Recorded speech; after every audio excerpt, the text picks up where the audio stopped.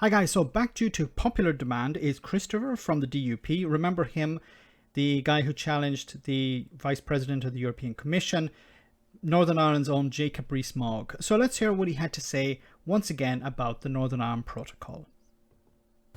Thank you, Mr. Speaker. Sir, I'll not be selling my birthright for any mess of European Union pottage, despite being invited so to do by the Alliance Party. This is not purely an economic issue. It is a constitutional issue. How is it a constitutional issue? In what way have the people of Northern Ireland's abilities as people of Northern Ireland changed? Have their passports changed? Has the language changed? Has the money changed? Is the possibility of people from Northern Ireland to travel from Northern Ireland to Great Britain changed in some way? Are they no longer British? In what way has the constitutional state of Northern Ireland changed? And the constitutional position of Northern Ireland has been fundamentally undermined and threatened by the protocol. No, by Brexit. Sorry, Christopher, it's Brexit. It is ironic to be summoned here today to a discussion about the amendment of the implementation of the protocol by people who called for its rigorous implementation. So what he's complaining here about is Boris Johnson threatened to unilaterally extend the grace periods. And he didn't get any leeway from the European Union. The European Union basically ignored the threats. So instead he went on his hands and knees, well, he sent Lord Frost instead, on his hands and knees to beg for an extension to the grace periods. And the European Union said, we'll think about it. And after a few days, they said, okay, we will extend the grace periods. Now, of course, it's important to remember that there was somebody operating behind the scenes, that being the Republic of Ireland, working on behalf of the UK government, hoping that that the European Union would extend the grace periods. This guy is complaining that the grace periods have been extended. Mr. Dixon and his party all signed up to this joint position demanding the rigorous implementation of the protocol. Not a soft touch, not a light hand, but the rigorous implementation. And we have... But didn't Boris Johnson agree to implement the protocol? What's the problem with asking Boris Johnson to follow through with what Boris Johnson agreed to do? We've seen for ourselves what that has produced. We have seen situations where medical supplies have been threatened to the people of Northern Ireland. That's a lie. Medical supplies have not been threatened. Anyway, why is he using the word threatened? Threatened in what way? Great Britain is a third country. Northern Ireland is part of the single market. Now, the European Union have said on numerous occasions that if Northern Ireland needs medicines, they can be transferred from Great Britain into Northern Ireland. There's no question here. It's important to remember that Great Britain is a third country and the single market needs to be protected. But when it came to medicines, the European Union have said that if it's necessary, medicines can be transferred. This is scaremongering by Jacob Rees-Mogg. We have seen a situation where certain food products are being threatened and their supplies to the people of Northern Ireland. So sausages can't pass and they're being threatened. Is it like somebody's threatening the sausages? What the hell is he talking about? And therefore, so the fact that sausages can't travel from Great Britain to Northern Ireland makes Christopher less British. If Christopher can't get his sausages, he's no longer a British subject. Really? The value of your Britishness is measured in sausages? those who signed up to the protocol, those who were scuttling around Brussels, demanding the provisions of the protocol, should... The use of language here, threatening, scuttling around Europe. ...take ownership of it. The protocol is not as a consequence of Brexit. The protocol is as a consequence of a Remainer rearguard action to deny the outcome of the Brexit referendum. The mental gymnastics here. So what he's trying to say is the protocol is not a consequence of Brexit. So when people voted for Brexit, what were they voting for, Christopher? So what Christopher wanted, and unfortunately Christopher didn't get it, he put his money on the wrong horse. He put his money on the Tories. What he was hoping, and along with others in the DUP, they were hoping that the British government, along with the EU, would put a border on the island of Ireland. Now, because they don't care about the peace process, they don't care about the Good Friday Agreement. The DUP were against the Good Friday Agreement back in 1998. So that's what they were hoping for. Yes, we'll vote for this Brexit. That'll mean that the UK as a whole will leave the single market and the customs union.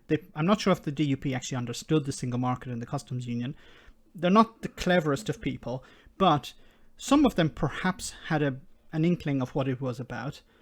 But they were hoping that it would separate Northern Ireland permanently from the rest of the Republic of Ireland. It would break the Good Friday Agreement. They don't care about that. So they were hoping it would put a hard border on the island of Ireland. That was their bet. But unfortunately, they didn't understand that the Tories were not going to do that. Now, the Tories probably told them behind closed doors, yes, don't worry, we'll put a hard border on the island of Ireland. But when it came to the Americans, when it came to the Europeans, when it came to the Republic of Ireland, the British government said, no, we're not going to do that. We're going to respect the Good Friday Agreement. So when it came to the Good Friday Agreement, there were two other options available.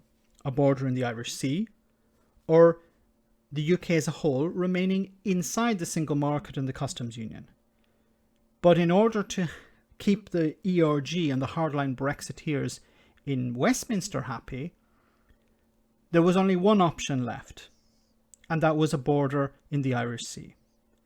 And to have a border in the Irish Sea, you need checks.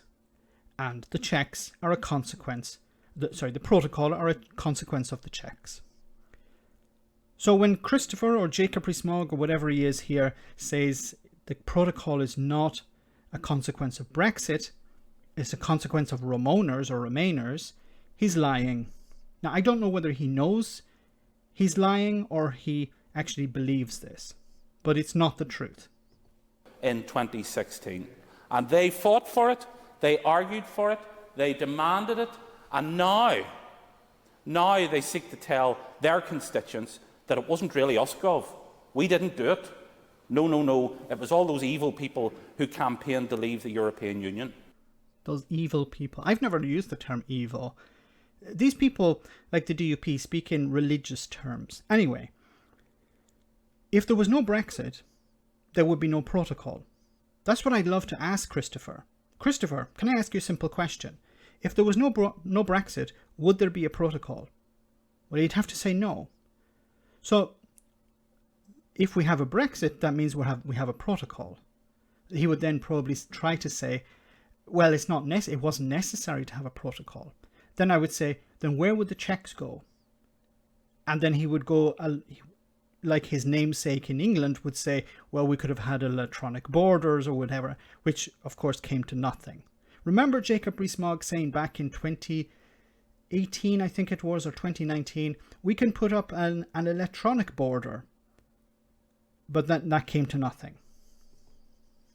Northern Ireland is being used as a political football by the European Union. And no, by the British government. The European Union's cheerleaders in Northern Ireland should take ownership of that fact. It's not a fact. Where's your evidence? Where is your evidence that the European Union is... When you say it's a fact, you can say it's my opinion. That's okay, but it's not a fact. Where's the evidence that the European Union is using Northern Ireland as a political football? The European Union didn't want Brexit. The Republic of Ireland didn't want Brexit. Incidentally, the people of Northern Ireland didn't want Brexit. You know who in Northern Ireland wanted Brexit? This guy and the DUP. They argued for the provisions of this protocol. The protocol doesn't need to be amended. The protocol needs to go. And replace with what, Christopher? I keep asking the DUP, what will you replace the protocol with? And what do I hear from them? Exactly. Nothing. Because it is impacting upon the lives of our people in a negative way, whether it's in terms of supplies or economic activity, the consequence of the protocol is to make people in Northern Ireland less well off by denying them their rights as United Kingdom citizens. And the European Union's cheerleaders, who fought to prevent the implementation of the Brexit referendum result and who cheered Brussels on every step of the way. What evidence do you have to support this claim? Cheering the EU on. What the hell is he talking about? Once again, there's this Brexit mentality. It's pretty bad in England, but it's worse in Northern Ireland. It's a mental illness in Northern Ireland. Because these people voted for something, and instead of turning around and saying we were wrong, they double down. They blame others, blame Remainers, blame members of the Alliance Party, the SDLP, Sinn Féin, the Irish government, the European Union, blame everyone but themselves. They voted for this. They are the architects of this disaster. In this process, because they owe a higher fealty to the European Union than they do to their own constituents and the interests of their own constituents. We will not be lectured on doing what's right for the people of Northern Ireland by those who are actively campaigning to make them poorer. You voted to make them poorer. Look, the head of the Northern Ireland Affairs Committee had an interview, or was speaking, I should say. He was speaking to Sammy Wilson from the DUP, a colleague of Christopher here. And the head of the Northern Ireland Affairs Committee said that he's an Englishman, and he said that my constituents would bite your hand off if they could have something like the Northern Ireland Protocol in England. Because in Northern Ireland, businesses are able to export without friction to the EU and Ireland and to Great Britain. Businesses in England can't do that. But Christopher is complaining that the protocol is making people poorer. The protocol is the fire extinguisher. Brexit is the fire. Christopher lit the fire, and now he's blaming others for the fire, and he's blaming the fire extinguisher for the fire. Let me know in the comment section, guys, what you think. As always, your comments are greatly appreciated. Thanks a lot. I want to say a big thank you to all of my patrons. You ensure that this channel continues to exist. I'm eternally grateful for all of your support. If you join Patreon, you will receive instant access to our Discord server, where we have both audio and video chats. You can chat with me and other patrons, where we discuss important and non-important issues. Becoming a patron per month costs about the same as a large coffee, so why not check it out?